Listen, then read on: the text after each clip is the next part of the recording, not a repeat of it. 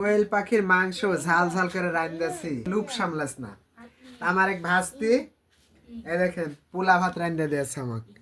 আমি চুলাতে কোয়েল পাখি রান্দাছি আর রাইস কুকারে পোলা ভাত দিয়েছে। তো পোলা ভাত হয়ে গেছে, এবার আমি খাই দেখি কেমন স্বাদ হয়েছে।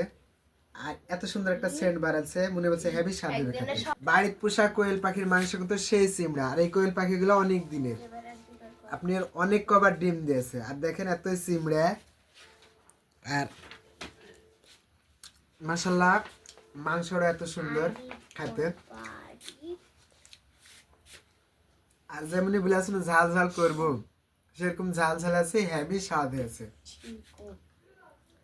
মানে মুখের ভেতর দিয়ে চাবালে জিভেতে আর গালে এত পানি ছাড়া দিছে ঝালের চুটে, হেভি স্বাদ হয়েছে।